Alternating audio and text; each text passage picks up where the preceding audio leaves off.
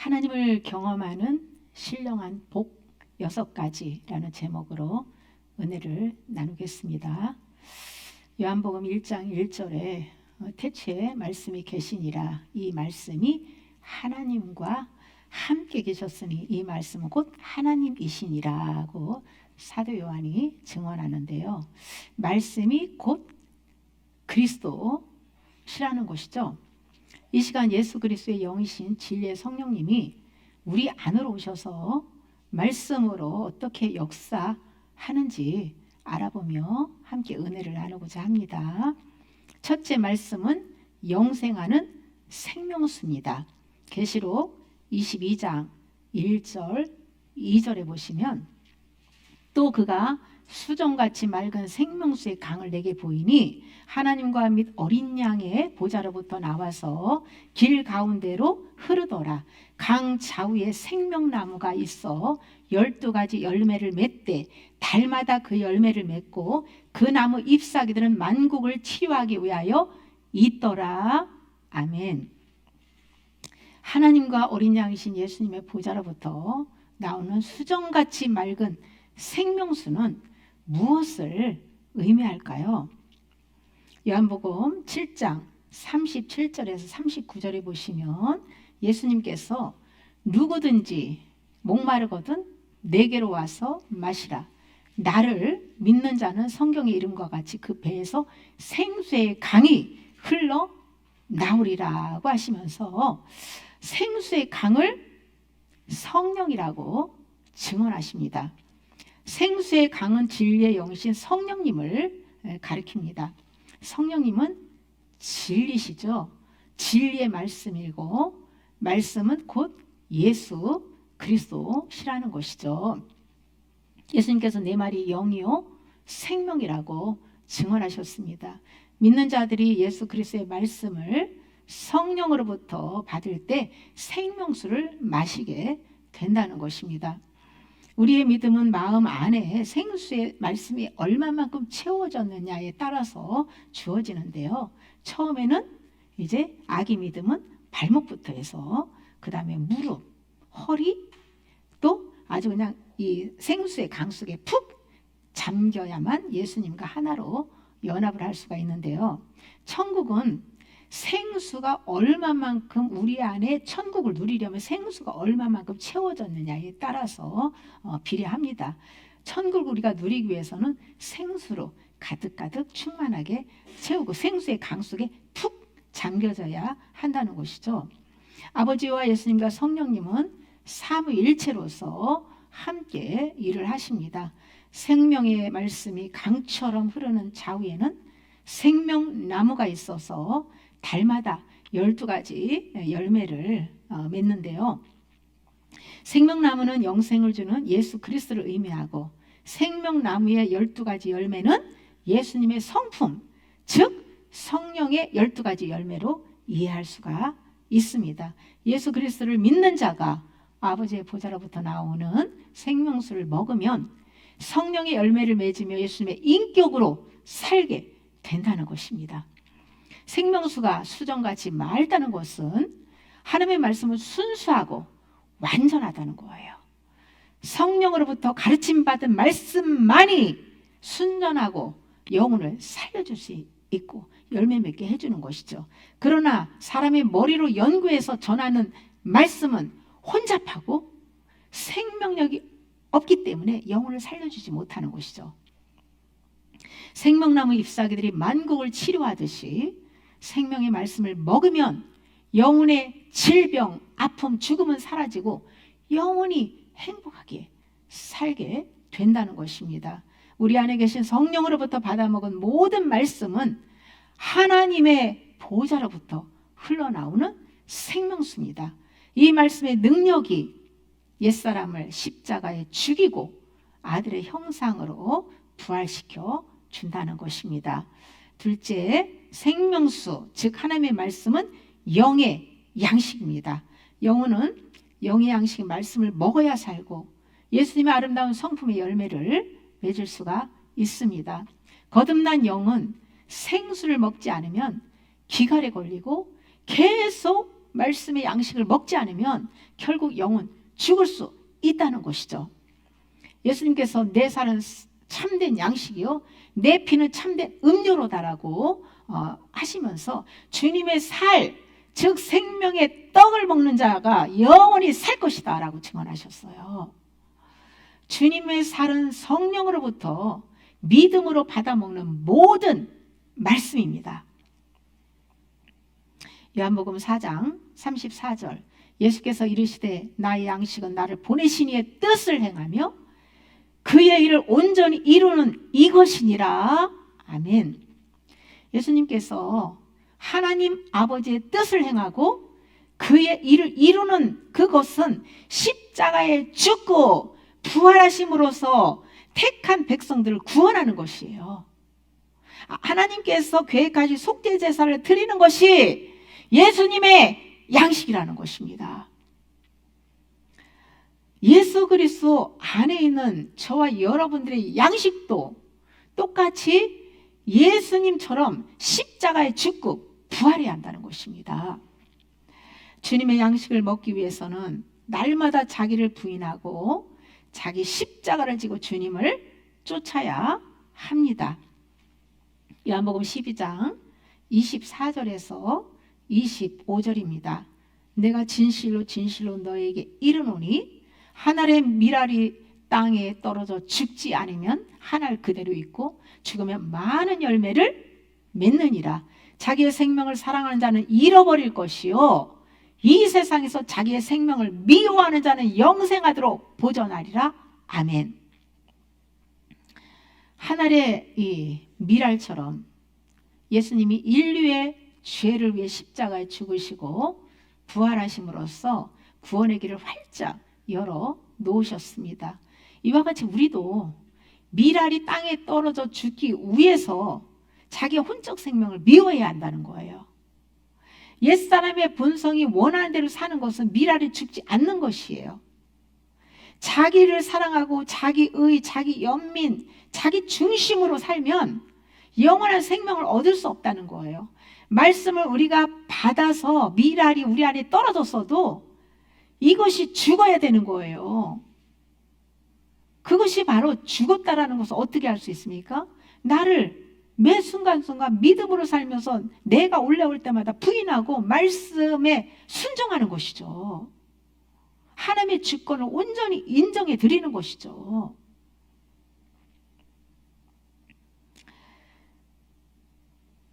밀알이 죽듯이 타락한 정욕과 재성을 십자가에 못 박고 하나님의 뜻대로 살아 영생을 보장받을 수 있습니다. 성령의 열매를 맺고 영생을 얻기 위해서는 반드시 아담으로부터 물려받은 옛 생명이 죽고 그리스도로 살아야 영생을 얻을 수 있습니다.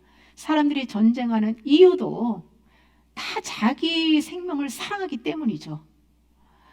그러나 예수님을 믿음으로 자기의 모든 것을 주님의 손에 맡기고 주님 뜻에 믿음의 반응을 하면 싸우지 않게 되죠.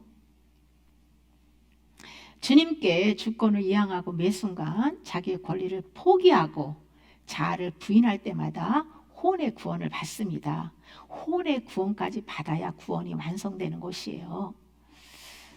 말씀이 영원한 양식이 되기 위해서 구체적으로 죄를 버리는 회개를 해야 합니다. 이때 말씀을 충분히 영으로 배부르게 먹어야만 힘을 얻을 수 있는 것이에요. 영이 강화되고 힘이 있어야 혼을 제압하고 혼이 육을 제압할 수 있는 거예요. 셋째, 영의 양식은 말씀을 먹으면 빛이 맙니다. 예수 그리스도는 빛이세요. 어둠을 밝히는 것은 빛의 말씀입니다. 어두운 마음에 빛이 일어나게 하는 좋은 방법은요, 말씀을 소리내서 읽는 것인데요. 눈으로 성경을 읽으면 빛이 일어나기 어렵습니다. 소리의 권세를 주셨기 때문에 반드시 성경은 소리를 내서 읽어야 합니다. 사단이 말씀을 소리내서 읽는 것을 아주 싫어하죠. 그래서 목 공격을 많이 하잖아요. 저도 잠잘 때 거의 주 2회 정도는 잠을 막 꿈속에서 잠을 꿈나라에서 아주 꿈속에서 즐기며 빠져 있는데 막 마귀가 공격을 하니까 막 기침이 쉬지도 않고 나오는 거예요. 그러면 예수의 이름으로 딱 멈춰라 라든지 대적하면요 바로 멈춰요. 이런 것이 한 주 2회 정도 이런 식으로 거의 뭐 있다시피 하고요. 또 뭐 부르짖어 기도할 때 그런 때 이렇게 소리를 내지 못하도록 힘을 쫙 빼고 목 공격을 이렇게 할 때가 있는데요. 그 순간 내가 목이 아파 그러면서 멈추면은요 이길 수가 없어요. 그러니까 마귀를 대적하면서 돌파를 해야 되죠. 그러면 더 이상 공격을 하지 못해요. 마귀가 방해한다는 것은 하나님이 기뻐하시는 것이고요. 또 기도가 실제 영혼에 유익하기 때문이죠.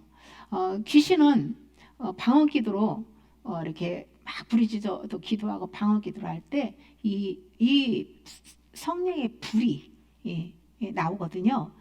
그때 더 이상 공격하지 못하고 쫓겨나게 되는 것이에요. 마태복음 6장 22절에서 23절입니다. 눈은 몸의 등불이니 그러므로 내 눈이 성하며 온몸이 밝을 것이요 눈이 나쁘면 온몸이 어두울 것이니 그러므로 내게 있는 빛이 어두우며 그 어둠이 얼마나 더하겠느냐. 아멘. 여기서 눈은 육의 눈이 아니고 영의 눈을 말씀하고 있죠. 육의 눈도 어두우면 사물이 흐리게 보이잖아요. 그것처럼 영의 눈도 마찬가지예요. 이 눈이 밝을수록 이 사물이 선명하게 보이고 어두울수록 흐리게 보이고 또 맹인은 전혀 볼 수가 없잖아요. 제가 가끔 운전 중에 이렇게 밖으로 이렇게 나갈 때 눈으로 이렇게 이 영전이가 와서 이렇게 조금 이 사물이 굉장히 막 흐리고 불편하고 안 보일 때가 있어요. 그런 때는 제가 이제 바로 이렇게 대적하고 막 영찬양하고 주님께 기도하고 그러면 또 이렇게 선명하게 보이고 이러는 경험을 참 제가 자주 하는데요. 이 육의 눈이 중요한 것처럼 영의 눈도 중요하잖아요. 눈이 건강하게 잘 보여야 영혼 전체가 죄와 어둠이 없이 진리의 빛으로 아주 밝게 되는데요. 반대로 눈이 소경이거나 흐릿하면 영의 몸이 죄와 어둠으로 성한 곳이 없게 된다는 거예요. 성한 곳이 죄로 인해서 문둥병자와 같이 어디 하나 죄로 인해 성한 곳이 영의 몸이 성한 곳이 없게 된다는 것이죠. 영의 소경은 죄와 모두 소유권과 연관이 있습니다. 영의 눈이 밝을수록 회개하고 성경 안에 감춰진 부활을 캐낼 수가 있습니다. 반대로 영의 눈이 어두울수록 영의 귀가 또 둔하고 또 어두우면 회개하지 못하고 세상 정욕에 빠져서 주님과 전혀 상관없는 삶을 살게 된다는 것이죠. 교회에 나와도 뭐 예배하고 찬양하고 기도를 해도 일상의 모든 삶에서는 이 영의 눈이 어두우면 그 빛을 받고 깨닫고 연단받고 회개를 할 수가 없는 거예요. 그냥 세상 사람하고 똑같은 가치관으로 살아가게 된다는 것이죠. 그래서 영의 눈을 밝히는 것이 너무너무 중요합니다. 영의 눈은 무엇으로 밝힐 수 있을까요? 누가복음 24장 30절에 31절에 보시면 글로바와 다른 제자가 엠마오로 가면서 부활하신 예수님과 동행을 할 때에 예수님이 이렇게 광채가는 그 아름다운 그 모습이 아니고 그냥 이렇게 변화된 모습, 평범한 사람의 모습으로 이렇게 나타나셨죠. 그러다 보니까 그리고 이제 영의 눈이 그들이 가려져서 예수님을 보지 못한 거예요. 그런데 예수님께서 같이 이제 어느 집으로 들어가서 이제 같이 식사를 할 때에 예수님께 떡을 떼서 하나님께 감사기도 하고 떡을 떼서 그들에게 딱 주었을 때에 그들의 눈이 밝아져 가지고 예수님을 딱 알아보게 된 것이죠. 그때 예수님은 즉시 사라지셨어요. 이것은 말씀이 눈을 밝게 하여서 예수님을 볼 수 있다는 것과 생명의 떡은 주님이 친히 주셔야만 진리의 실제를 믿고 경험할 수 있다는 것을 교훈해 줍니다. 영의 눈을 밝히는 것은 성령으로부터 생명의 말씀을 받아 먹어야 합니다. 다윗은 여호와의 계명은 순결하여 눈을 밝게 하시도다 라고 증언했어요. 성령으로부터 가르침을 받은 순전한 말씀은 영의 눈을 밝혀준다는 거예요.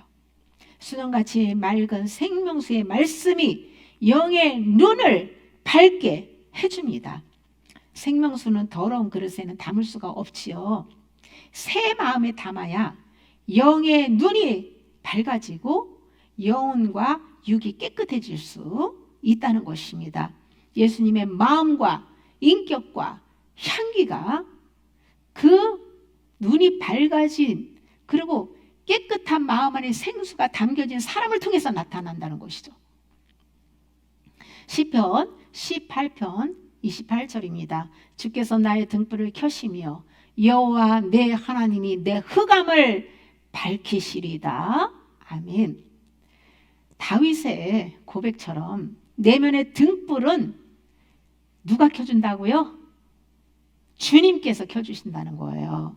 우리가 믿음의 말씀을 선포할 때에 성령님께서 떡을 먹여주시고 그 말씀의 기름으로 마음의 등불을 밝혀 주시는 것입니다. 내가 내 힘으로 등불을 켜서 눈을 밝힐 수 없어요. 우리가 할 일은 믿음으로 성경을 소리내서 읽으면서 성령님께 기름을 채워서 등불을 밝혀달라고 기도하는 것이에요. 다윗은 주의 말씀은 내 발의 등이요 내 길의 빛이니다라고 고백했습니다. 주님의 말씀이 영의 발의 등이고 천국 가는 길의 빛이 된다는 것입니다. 이런 영혼들의 눈이 밝아져서 하나님이 정한 정로를 향해서 바른 믿음의 길을 향해 천국으로 갈 수 있다는 것입니다. 잠언 6장 23절입니다. 대저 명령은 등불이요 법은 빛이요 훈계의 책망은 곧 생명의 길이라. 아멘. 명령과 법, 즉 하나님의 가르침은 성경 66권에 기록한 하나님의 말씀을 의미하는데요. 이 말씀은 영혼 몸을 밝혀주는 등불과 빛이라는 것이죠. 성령께서 빛의 말씀으로 죄와 정욕들을 회개시켜서 생명의 길로 인도하십니다. 아버지의 입으로부터 나온 생명의 말씀은 어두운 세상에서 빛과 등불이 되어서 천국을 향한 길로 안내한다는 것입니다. 그러므로 항상 말씀의 거울로 우리의 내면을 들여다보고 더러운 곳이 있으면 깨끗하게 회개로 청소하는 일에 힘써야 될 줄 믿습니다. 넷째, 빛의 말씀은 성령의 검입니다. 말씀은 원수 마귀와 싸우는 무기가 되고 또 죄를 도려내는 수술 도구가 됩니다. 하나님의 입으로부터 나오는 살아있는 말씀은 성령의 검이에요. 말씀의 검으로 죄를 제거하고 마귀를 멸하는 수술을 받아야 합니다. 말씀에도 생명이 없는 죽은 지식이 있고 살아있는 산 지식이 있죠. 성령의 검을 가지고 있어야 날마다 살아있는 말씀의 실제를 경험할 수 있습니다. 성령으로부터 받은 검을 가져야만 마귀와 싸울 수 있는 것이죠. 날마다 말씀을 소리내서 먹고 그 말씀의 빛을 받고 회개 생활하는 자에게 성령의 검이 쥐어줍니다. 이와 같이 예수님께서도요, 입에서 나오는 자외 낯선 예리한 검으로 이 말씀으로 세상을 심판하시는데요. 예수님이 앞으로 7년 대환란 막바지에 이 지상으로 재림하실 때, 휴거 성도 백마 군대들과 함께 재림하실 때요, 입에서 자위 날선 검이 나와서 그 말씀으로 갖다가 그냥 싹 모든 그 대적자들을 심판하시잖아요. 이와 같이 예수님 안에 있는 우리의 입에서도 자위의 날선 검이 나와서 악한 영을 물리쳐야 되죠. 바울은 하나님의 나라는 요 말에, 육의 말에 있지 않고 그 능력에 있다고 했어요. 성령의 능력. 입에서 성령의 검이 나와야 어둠을 물리치고 영혼들을 생명의 말씀으로 살릴 수 있습니다. 말씀의 빛으로 영혼 몸에 숨겨진 죄와 어둠을 다 드러내서 말씀의 검으로 제거해야 합니다. 눈에 보이지 않는 내면을 보여주는 것은 오직 빛의 말씀밖에 없어요. 말씀이 없는 사람들의 속은 어둠과 공허와 혼돈함으로 가득해가지고 하나님을 경험적으로 알지를 못해요. 하나님에 대해서 지식으로는 많이 아는데 경험적으로는 모른다는 것이죠. 말씀을 소리내서 먹을 때 운동력 있는 말씀이 내 안에서 역사하고 나를 온전히 지배합니다. 시편 149편 6절. 그들의 입에는 하나님에 대한 찬양이 있고 그들의 손에는 두날 가진 칼이 있도다. 아멘. 구원받은 겸손한 자들이 새 노래를 부르며 손에는 원수를 심판하기 위해 칼을 가지고 있죠. 입에서 나오는 양날 가진 검이나 손에 든 칼은 하나님의 말씀의 공의를 심판하는 것을 의미합니다. 계시록 14장 14절에서 16절에서는 예수님께서 예리한 낫으로 순교자들의 익은 곡식을 추수하는 장면이 나옵니다. 대환란에서뿐만 아니라 마지막 시대를 사는 우리도 주님의 손에 든 예리한 낫으로 추수받기 위해서 날마다 자아를 죽음에 넘기는 순교의 삶을 살아야 될 줄 믿습니다. 다섯째, 성령의 검, 즉 말씀은 불과 방망이로 자아를 파쇄하고 마귀를 무찌릅니다. 예레미야 23장 29절입니다. 여호와의 말씀이니라 내 말이 불같이 아니하냐? 바위를 쳐서 부러뜨리는 방망이같이 아니하냐? 아멘. 불과 방망이는 불법과 죄의 세력을 멸하는 파괴적인 힘을 보여줍니다. 성령의 사람들은 하나님의 말씀을 전하고 안수할 때 이 영의 입과 손에서 불이 나와요. 저도 그 불을 봤거든요. 악한 영들이 성령의 불을 받고 고통을 견디지 못하고 떠나는 거예요. 이때 영혼은 말씀의 은혜를 받고 소생하고 회복하고 치유를 경험하는 것이죠.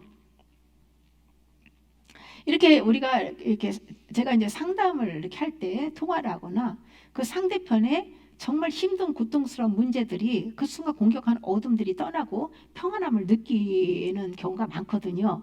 그때 왜 그러냐면 멀리 떨어져서 전화를 해도 그 입에서 불이 나오기 때문에 영은 시공간을 초월하잖아요.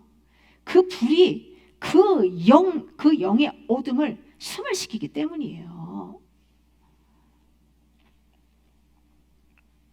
하나님께서 말씀의 검으로 혼과 영과 관절과 골수를 찔러 쪼개고 방망이로 강력한 자아를 두드려서 가루로 만들어서 하나님께 복죽시킵니다.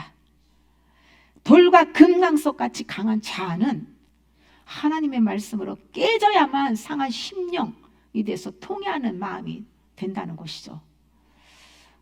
마음을 불과 같은 말씀으로 녹이고 방망이와 같이 부수어야만 겸손하게 그 겸손한 마음으로 통해할 수 있는 것입니다. 성령께서 다루실 때에 말씀이 불처럼 되고 방망이처럼 되어서 완고하고 강박한 마음을 부서뜨릴 수 있는 거예요. 하나님의 말씀은 상한 심령으로 회개시키는 도구이지만 자아를 포기하지 않는 자에게는 상함을 받을 수 없습니다.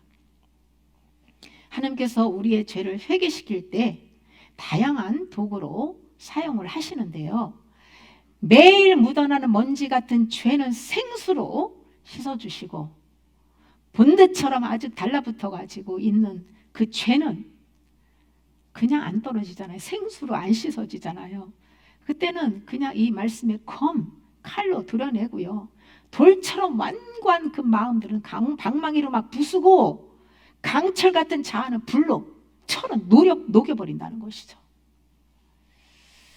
그래서 말씀이 아주 이 다양한 그런 역할을 하면서 우리의 옛사람을 다 죽이고 주님의 아름다운 성품 새 사람으로 만드시는 거예요.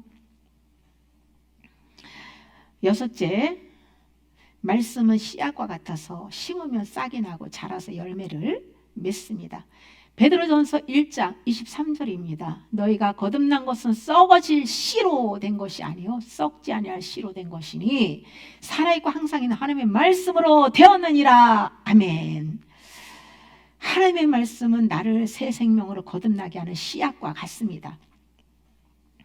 말씀을 씨로 표현한 것은 말씀을 처음 받고 믿을 때에 그 바로 변화의 열매를 거두는 것이 아니라 자라서 열매 맺는 성장 과정이 있다는 것을 깨닫게 해줍니다. 우리가 하나님의 말씀을 받아 먹고 바로 변화가 됩니까? 많은 시간이 걸리잖아요. 죽어지는 많은 그 시간들. 우리가 믿음의 말씀으로 자라기 위해서는 나의 주권을 포기하고 주님의 주권을 인정해 드려야 합니다. 나를 내려놓고 주님을 믿고 순종하는 과정을 보시고 성령님께서 씨가 자라서 꽃이 피고 성령의 아름다운 열매를 맺게 해주시는 거예요. 자라게 하시는 분이 하나님이세요. 그러므로 매일 말씀의 씨앗을 우리는 심어야 하는데요. 마음의 땅을 회개로 경작해야 합니다. 죄를 회개하고 말씀을 심고 가꾸는 수고를 하지 않으면 열매를 거둘 수가 없습니다. 씨앗을 심지도 않고 가서 경작도 하지 않고 가서 열매를 거두는 사람은 이게 정신이 온전하지 않은 것이죠. 망각이죠.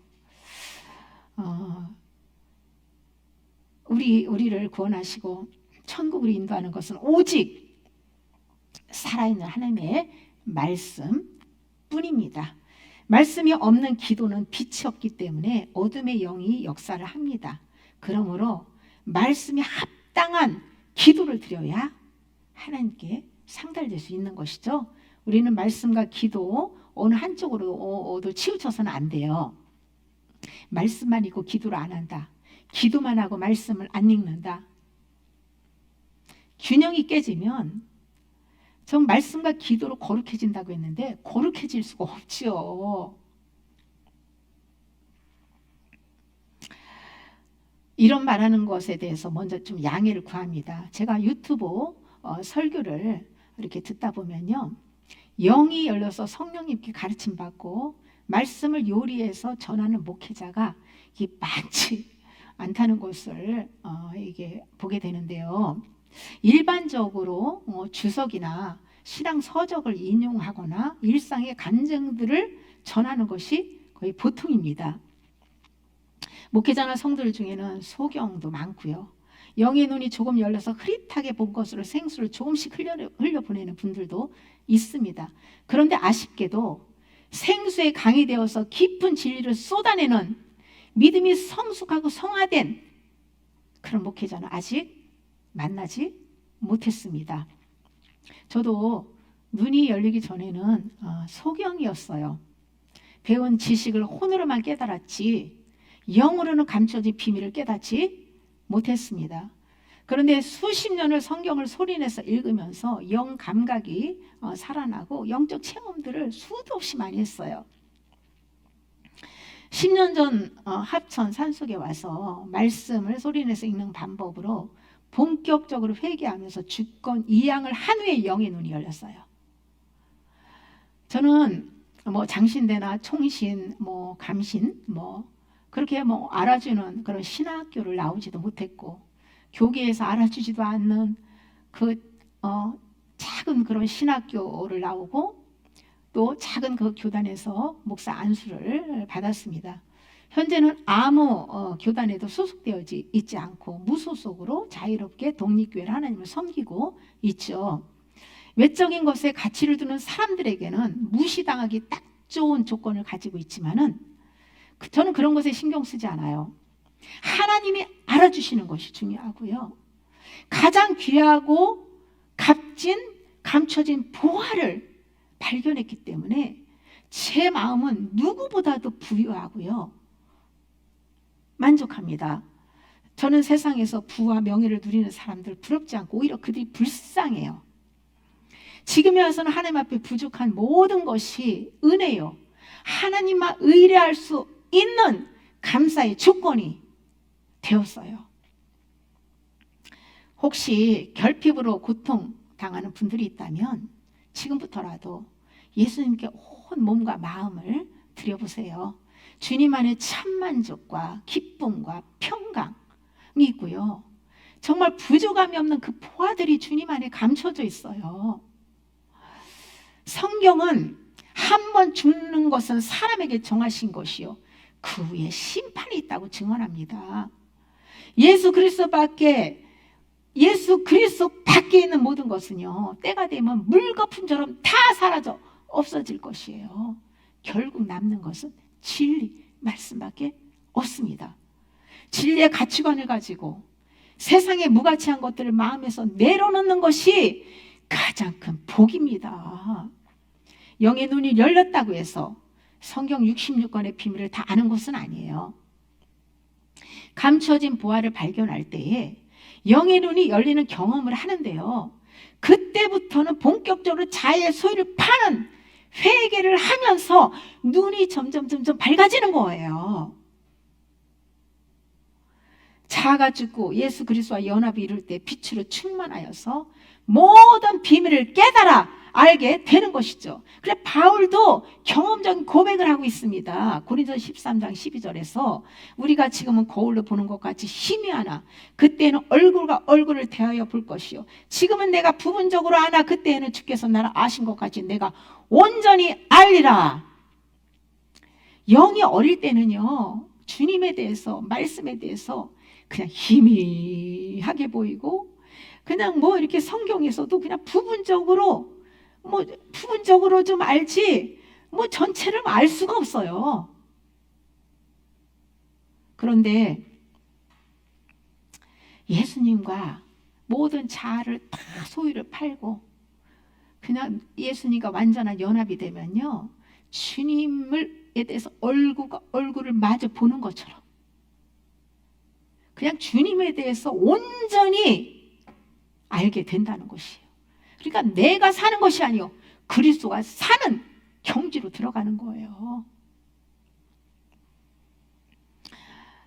각자의 믿음의 수준만큼 눈이 밝아져서 진리를 경험적으로 알게 되는데요, 육이 성장한 만큼 세상에 대해서 눈을 뜨고 경험할 수 있듯이 영의 몸도요, 믿음이 예수님의 성품으로 자라는 만큼 진리의 눈을 뜨고 실제를 경험합니다. 그러므로 각자의 믿음의 수준을 인정하고 이해해 줄 필요가 있어요. 어린 영혼들에게, 하진이에게 십자가의 복음에 대해서 말해봐. 그런데 하진이가 아무것도 말을 못해요. 그렇다고 부모가 너 그것도 몰라? 하면서 초등 3학년에게 막 뭐라고 나무란다. 그건 부모가 무식한 거죠. 제 영적인 영의 그 나이에 맞는 그것만 인정해주고, 하나님 아버지도 똑같다는 거예요. 우리에게 내 영이 그냥 만약에 이제 유치원생인데 대학생이에게 열어서 가르쳐서 아는 말씀을 주님이 주시지는 않는다는 것이죠. 그걸 모른다고 너는 그것도 모르고 깨우치지도 못했냐라고 매를 들고 책망하시는 하나님 아버지는 아니시라는 거죠. 그러니까 영의 그 믿음의 수준을 우리는 빨리 파악하고 인정하고 거기에 맞게 그렇게 믿음으로 살다 보면 내가 초등학교, 중학교에서 대학교 가면 그 대학교 과정에 그런 말씀들을 알게 되는 것이에요. 모든 그리스도인들의 눈이 열리는 경험을 해야만 옛사람의 모든 죄를 십자가에 넘기고 부활의 새 생명으로 살 수가 있습니다. 그런데 눈을 열게 하는 키가 소유를 파는 그 회개를 하는 것이거든요. 소유를 파는 회개를 달콤하게 듣고 믿음의 반응을 하는 사람들이 과연 얼마나 될까요? 별로 많지 않은 것 같아요. 이 소위를 파는 회개를 달콤하게 듣고 믿음의 반응을 할 수 있으려면 믿음이 어느 정도 성장을 해야 돼요. 어린 영혼들은요, 안 돼, 절대 못 팔아, 절대 믿음의 반응을 하지 못합니다. 하나님께서 아담으로 지어진 옛 집을 무너뜨리고 예수 그리스도로 새 집을 지어주기를 원하시는데요, 이 옛사람의 이 마음 안에 있는 모든 그 물건들을 미련 없이 전부 버려야 돼요. 그래야만 예수님이 보화로 우리 안에 다시 채워 주신다는 것이죠. 노아의 시대와 소돔과 고모라와 같이 세상 정욕으로 음란한 이 시대에는 말씀에 기갈이 걸려서 생명수를 먹기가 쉽지 않습니다. 혼잡한 지식은 풍성한 반면 천국의 생명수는 희귀합니다. 생수를 먹지 못하도록 방해하는 가장 큰 적이 육신의 정욕, 안목의 정욕, 이생의 자랑입니다. 그 중에서도 아주 그 스마트폰에 빠져 사는 게 문제예요. 그냥 그게 우상과 같아요. 유익하고 좋은 것만, 영혼에 유익한 것들만 보고, 뭐 알아야 될 정보들 간단하게 보고 딱 끝나야 되는데, 너무나 그 쓸데없는 많은 것들에 그냥 이 관심을 갖고 빠져 살면 그 스마트폰은 우상인 거예요. 그러므로 그 스마트폰 같은 것을 유익한 것만 선별해서 보고 절제하고, 날마다 성경을 소리내서 많이 먹고요, 내 안에 있는 그 사단의 독들을 빼내고 말씀의 생수를 채워야 삽니다. 아버지의 입으로부터 나오는 말씀을 받아먹지 못하면 영은 죽을 수도 있다는 것이죠. 지식으로 많이 아는 것이 살아있는 믿음이 아니고, 현재 아버지의 보좌로부터 흘러나오는 생명수를 지속적으로 내가 먹고 있느냐, 이것이 중요합니다. 우리의 영혼은 맑고 깨끗한 생수를 먹어야 건강하게 믿음이 자랄 수 있습니다. 매일 성경을 소리내서 먹고 소위를 내려놓는 회개를 꾸준히 하다 보면 감춰진 보화를 발견하는 은혜를 받을 수 있습니다. 감춰진 보화를 캐내야 주님을 경험적으로 알게 되고 연합을 이루어갈 수 있습니다. 당장 영혼은 말씀이 없으면 생명을 유지할 수가 없죠. 육의 몸은 육의 음식을 먹어야 살지만 영의 몸은 영의 양식인 말씀을 먹어야 삽니다. 마지막 시대에 내 영이 살고 건강하게 믿음이 성장하기 위해서 어떻게 해야 하나 정말 진지하게 깊이 생각하고 실행에 옮겨야 될 때입니다. 마지막 때에 일어날 많은 정보들을 알고 있는 것은 중요하지 않아요. 알고 있는 것이 내 영혼을 유익하게 해주지도 않고 나를 구원시켜 주지도 못합니다. 그런 마지막 때의 정보들은 몰라도 괜찮습니다. 성경에 기록해 놓은 내용으로도 충분합니다. 성경 안에서 진리를 경험하는 것이 너무 중요하죠. 위에서 나눈 6가지의 말씀의 의미를 잘 깨닫고 당장 말씀을 소리내서 읽는 일부터 시작해야 합니다. 마귀가 어떤 방법으로 공격을 하며 방해해도 죽기 살기로 성경 말씀을 붙들고 씨름하면서 많이 배부르게 먹어야 합니다. 그 영이 힘을 얻을 수 있도록 충분히 먹어야 돼요. 밥 한 숟갈 먹어가지고 배부릅니까? 성경 한 장 먹어가지고 배부릅니까? 많은 양을 먹는 것이 중요해요. 일단 많이 먹어야 돼요. 깨닫는 것보다 깨닫는 것도 성령님이 깨닫게 해주신 거기 때문에 많이 먹고 내 안을 이 독을 다 빼내고 생수를 채우고 갈아엎는 작업이 중요합니다. 깨닫는 것고 말씀을 마음에 새기는 것은 그 다음 단계예요. 천국 갈 백성들은 천국 가는 그날까지 말씀을 소리내서 먹어야 합니다. 세상에 어떤 시험과 풍파가 몰려와도 두려워하지 말고 예수 그리스도 안으로 들어가서 말씀 안에서 안식을 누리는 저와 여러분이 되시길 예수님의 이름으로 축복합니다. 아멘.